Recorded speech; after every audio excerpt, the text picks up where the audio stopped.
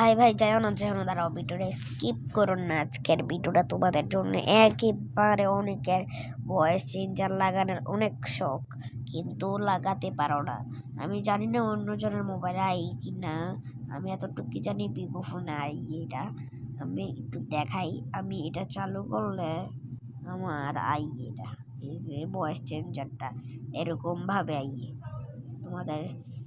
তোমরা চাইও না, ঠিক আছে ঠিক আছে। এটা চালু করলে আমার আইয়ে দেখাই আমি কিভাবে আনি। এখানে আমি একটা গেমে ঢুকবো না,